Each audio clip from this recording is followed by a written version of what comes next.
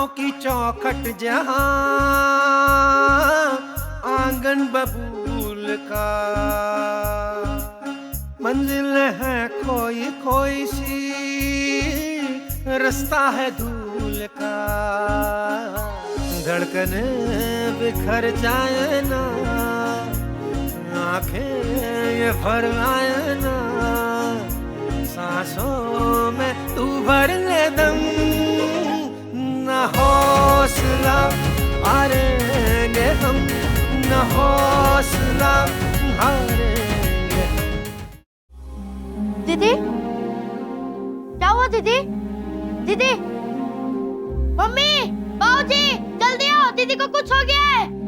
दीदी, क्या हुआ दीदी? दीदी, दीदी, दीदी, दीदी।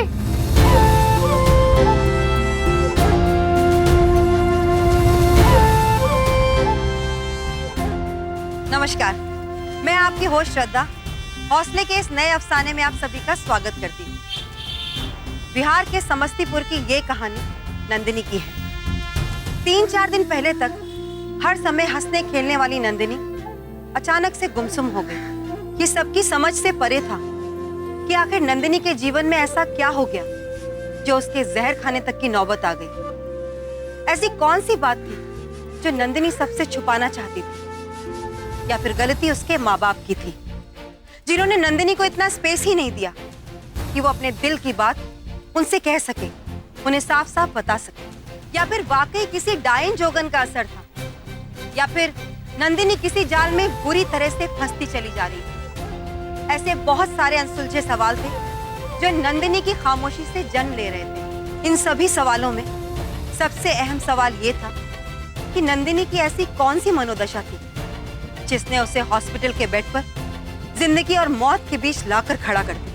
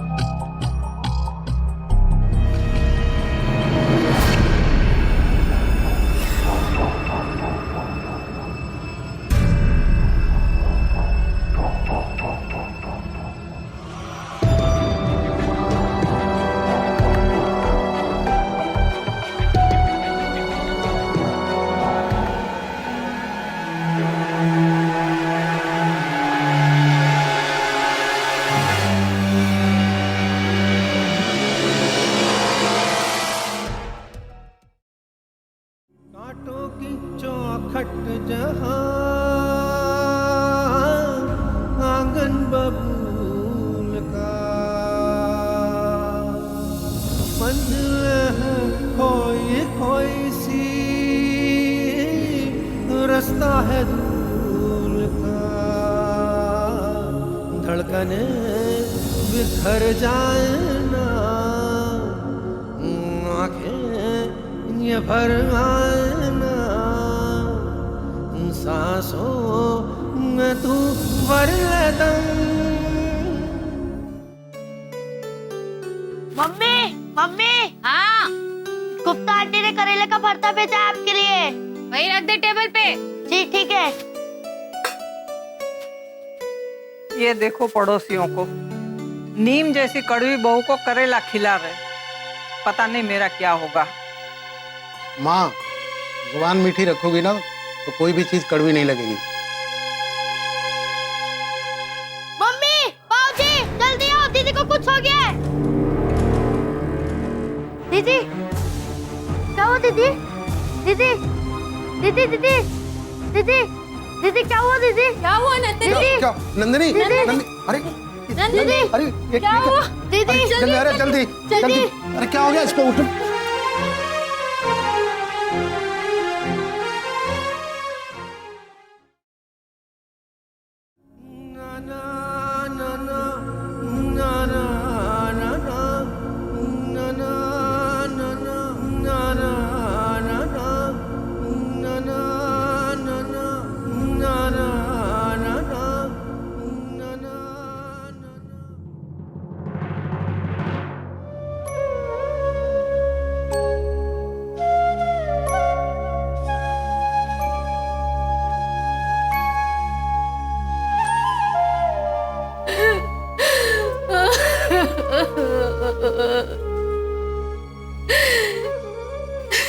गंगा जी में नहाकर मन्नत मांगे थे तो ये पैदा हुई थी।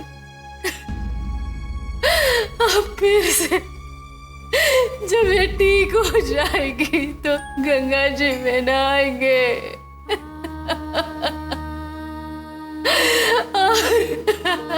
भगवान जी को प्रसाद चढ़ाएंगे।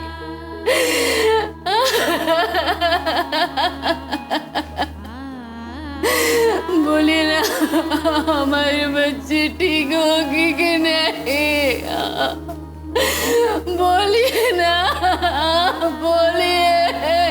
मेरा देखो, मेरा डॉक्टर साहब बोले थे ना कि बिटिया को सवेरे तक होश आ जाएगा, हैं?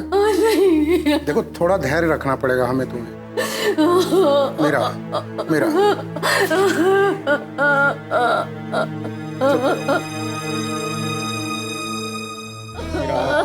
मेरा देखो, हो जाएगी अपनी बेटी, ठीक हो जाएगी, ठीक हो जाएगी। मेरा अगर तुम हौसला हार जाओगी तो फिर मैं हूं ना, मेरा सब ठीक हो जाएगा, हमारी बच्ची सही हो जाएगी, हमारी गुड़िया फिर हंसेगी खेलेगी। मेरा नहीं रोते, ठीक हो जाएगी अपनी बच्ची, ठीक हो जाएगी।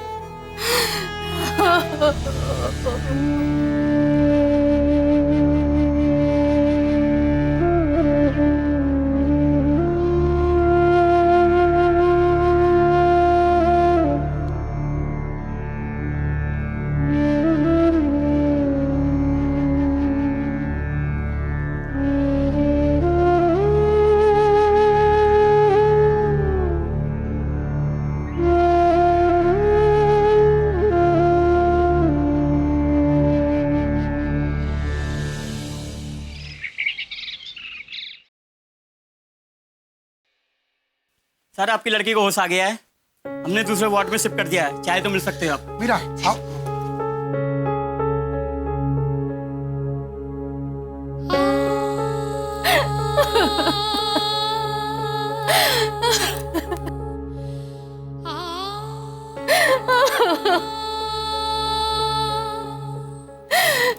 इसी शीशी से थोड़ा जहर मम्मी को भी पिला देती बेटा।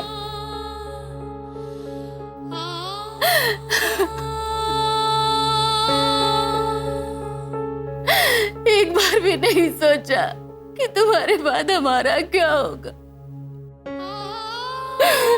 जो मन में आता है वही करती हो। क्यों?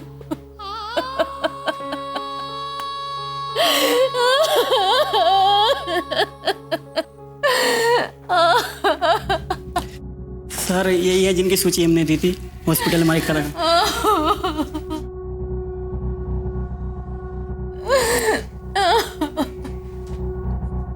यही समस्या है। कानून के साथ आपको सुरक्षित महसूस करना चाहिए और आप डर रहे हैं। देखिए, आप परेशान मत होइए। मुझे सिर्फ ये पता करना है कि इस बच्ची ने जहर क्यों और किस कारण से खाया। समझ रहे हैं ना?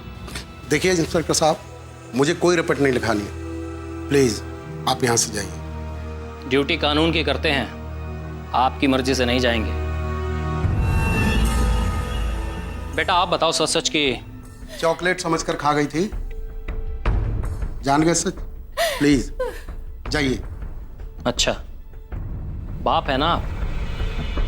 कहीं ऐसा तो नहीं कि वो चॉकलेट आपने ही इसे दिया था? पागल हो गए हैं क्या आप? बाप हूं मैं इसका। इसकी परवरिश करना मेरा धर्म है, ना कि इसकी जान लेना। आपका कर्तव्य है और हम यहाँ गुल्ली डंडा खेलने आए हैं। बेटा आप बताओ। अरे अब क्या हलक में हाथ डाल करके जुबान खींच लेंगे इंस्पेक्टर साहब? क्या बताएगी वो? सही कह रहे हैं आप।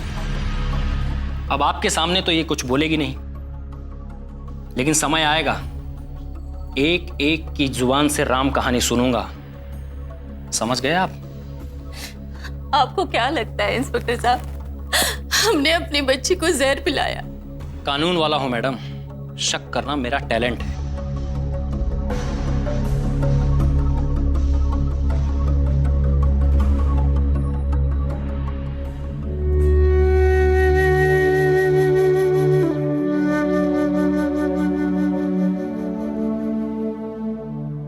मेरा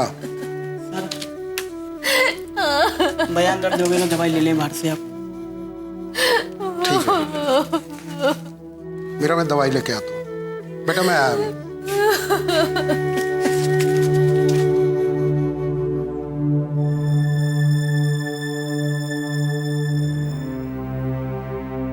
मैं अब भी कह रही हूँ तुम्हें, इसको किसी ने जादू टोना करके इसके दिमाग पे कब्जा करके रखा है। किसी पंडित बाबा को बुला के इसका इलाज क्यों नहीं करवाते? मैंने अपने मायके में अपनी आंखों से 3-4 बच्चों को इस हालत में देखा है।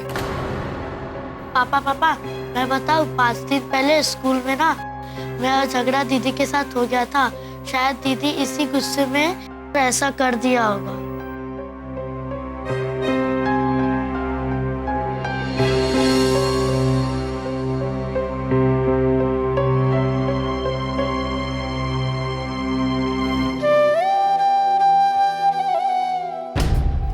सॉरी दीदी, आज के बाद ऐसा नहीं, झगड़ा नहीं करूंगा।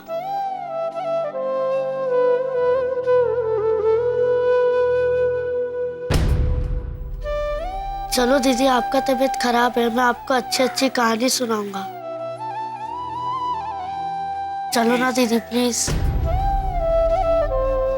प्लीज चलो दीदी।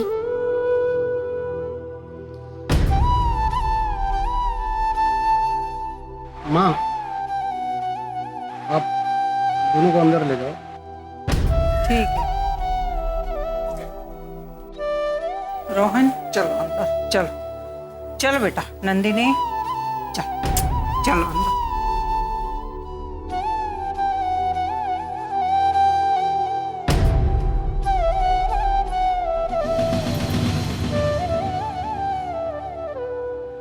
हमें ऐसा लगता है कुछ तो ऐसा है जो हमें नहीं पता।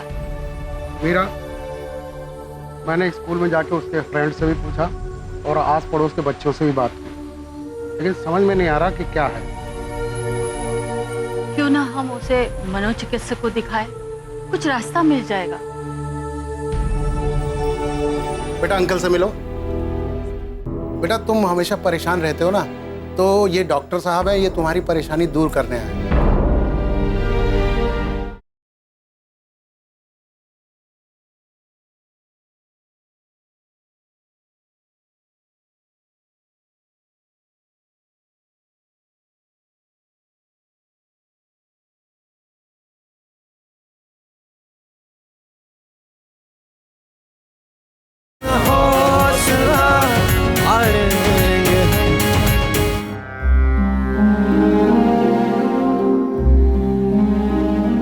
पैसे तो लौटाने ही होंगे ना नंदन? वैसे तुम्हारे पापा पैसे देंगे भी कहाँ से? फीस तो 3-4 महीने में एक बार जमा करा पाते हैं। तुम चाहो तो ये पैसे उन्हें नहीं भी देने पड़े, बस तुम्हें थोड़ा सा सहयोग करना होता।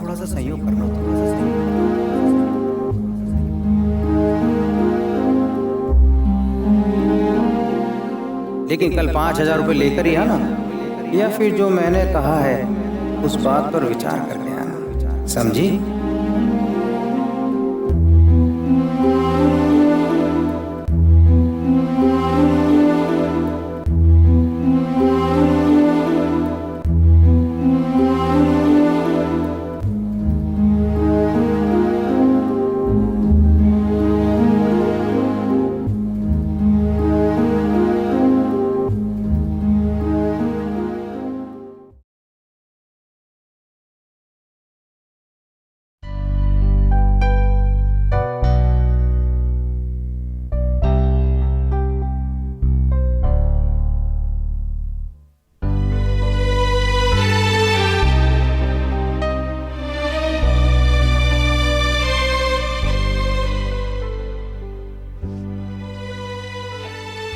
मम्मी पापा, मैं आपसे बहुत प्यार करती हूँ, बहुत प्यार, पर मैं आप लोगों को कुछ नहीं बता सकती। मुझसे एक गलती हो गई थी और अगर मैं उसकी बात नहीं मानती आप लोगों को 5,000 रुपये जुर्माना भरना पड़ता। कहाँ से आप लाते इतने पैसे? मुझे माफ कर दीजिए मम्मी पापा, माफ कर दीजिए।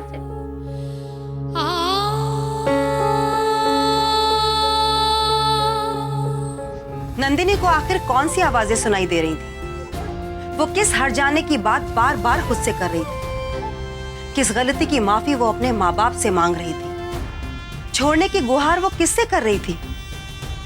क्या वाकई नंदिनी का मानसिक संतुलन बिगड़ गया था, या उसके मस्तिष्क पर किसी बात ने बहुत गहरे तक असर किया था?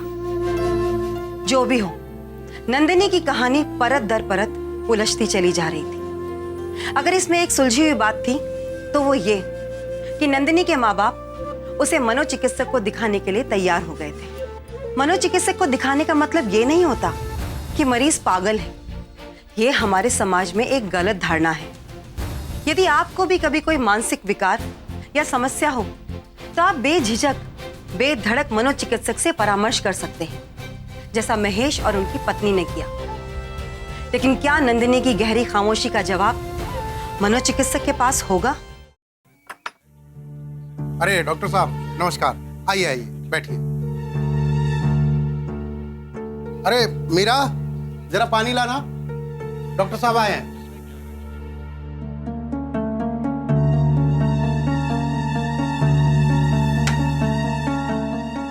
वो नंदिनी को बुलाओ। नंदिनी बेटा, आ जाओ बेटा, आ जाओ आ जाओ आ जाओ। बेटा अंकल से मिलो।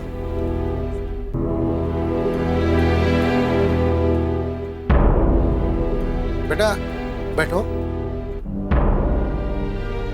बेटा तुम हमेशा परेशान रहते हो ना, तो ये डॉक्टर साहब है, ये तुम्हारी परेशानी दूर करने आए। बैठो। बेटा अब बेचारी को हम बोरिंग लोगों के साथ बैठने को कहेंगे तो परेशान नहीं होगी, तो और क्या करेंगे। बेटा एक काम करो, आप अपने रूम में जाओ।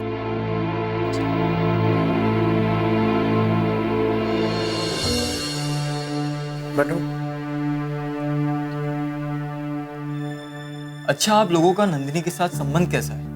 मतलब टिपिकल बेटी टाइप का है कि आप लोग आपस में सारी बातें शेयर करते हैं? मतलब नंदिनी अपने पापा से बहुत करीब है। वैसे तो वो सबसे बातें करती है, घर का काम भी संभालती है। अपनी उम्र से ज्यादा परिपक्व है हमारी बच्ची। यही तो समस्या है। बच्चे अगर अपनी उम्र के हिसाब से परिपक्व हो तो अच्छी बात है, वरना वो ऐसे फैसले लेने लग जाते हैं जो उनको लगता है सही है, पर वो फैसले उनको आगे बहुत ज्यादा कठिनाई पहुंचाते हैं। खैर, आप लोग नंदिनी को कितना डांटते हैं? मतलब वैसे जैसे नॉर्मल माँ बाप डांटते हैं। अच्छा, नंदिनी की कोई ऐसी सहेली जिससे वो सबसे ज्यादा बात करती हो? जी राधिका, यही पास में रहती। हाँ कहिए तो मैं बुला लेता हूँ अभी। हाँ अभी नहीं, अभी नहीं, हमको उनसे कहीं बाहर मिलना चाहिए।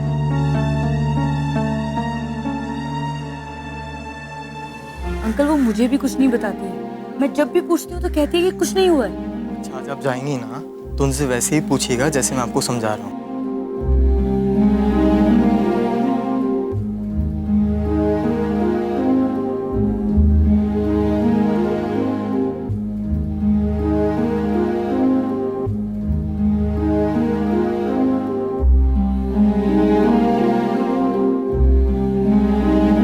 दोस्ती का क्या यही मतलब होता है? 5 दिन हो गए बस घर पर मुंह लटकाए बैठी हुई है, मगर ये भी तो समझ आए कि मुंह लटकाने की वजह क्या है। अगर तूने मुझे नहीं बताया ना तो तेरी मेरी दोस्ती खत्म।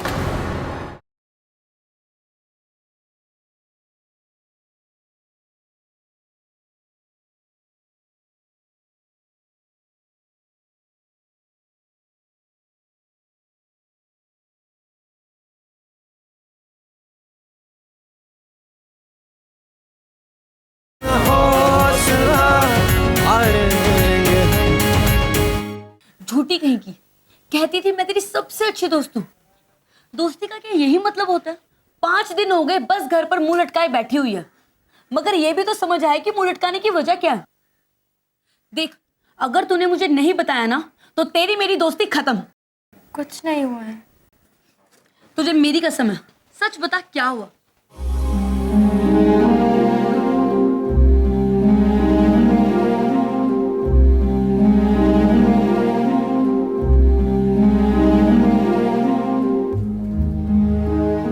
नंदिनी, कहीं किसी ने तेरे साथ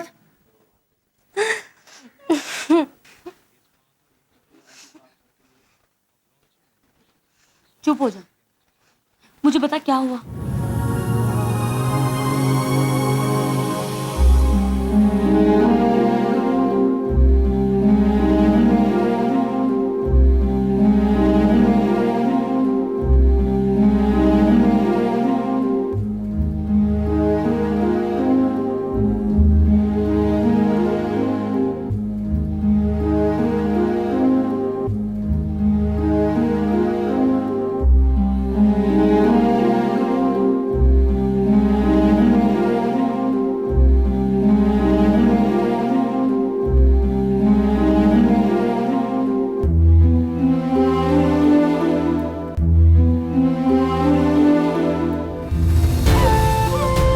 ऐसी घिनौनी वारदात को चाइल्ड अब्यूज या बाल यौन शोषण कहते हैं। आंकड़ों के मुताबिक 65 से 70% बच्चे किसी न किसी रूप में बाल यौन शोषण के शिकार हैं। ये एक ऐसा विषय है जिस पर बात करने से भी हम लोग हिचकते हैं, लेकिन पीड़ित बच्चों के बचपन की ये कड़वी यादें उनके दिल से ताउम्र नहीं हटती। इन हादसों का दर्द जीवन भर उनके दिलो दिमाग पर टीस बनकर चुभता है। और हैरानी की बात तो यह है कि अधिकतर मामलों में दोषी कोई अपना, जानकार, रिश्तेदार या फिर पड़ोसी होता है। अब आपको ये तय करना होगा कि आपके बच्चों के शुभचिंतक क्या वाकई में आपके बच्चों से प्यार करते हैं या फिर वो घात लगाए बैठे हैं। अब देखना यह है कि नंदिनी कब तक चुप रहेगी, या फिर राधिका सच बता देगी, या फिर उस कातिल का चेहरा हमेशा के लिए नकाब में रह जाएगा। सवाल बहुत है और हर सवाल के जवाब को पाने की अपनी एक यात्रा होती है। हम कल फिर मिलेंगे हौसले की इसी यात्रा पर। तब तक पथ पर तू सरपट बढ़ा चल, जब पग डगमगाने लगे तो बस हौसला रख। मैं श्रद्धा कल आपसे फिर मिलूंगी हौसले के इसी सफर पर, इसी जज्बे के साथ। न हौसला हारेंगे हम। पढ़ो। प्लीज मुझे छोड़ दीजिए। तुमने क्या सोचा कि तुम स्कूल आना छोड़ दोगी तो मैं तुम्हारा पीछा छोड़ दूंगा? ना ना ना, रोते हुए बच्चे मुझे अच्छे नहीं लगते, और खासकर तुम्हारी जैसी खूबसूरत लड़कियां। ये कौन है? हम तो शिक्षक इंस्पेक्टर साहब बच्चों का मार्गदर्शन करते हैं। जरूरत पड़ी तो थाने में दर्शन के लिए बुलाएंगे। हमें कोई रिपोर्ट नहीं लिखवानी है। क्यों आप समाज में हमारी बेइज्जती कराने पर लगे हुए? महेश जी, आपकी बेटी की जिंदगी खराब हो रही है।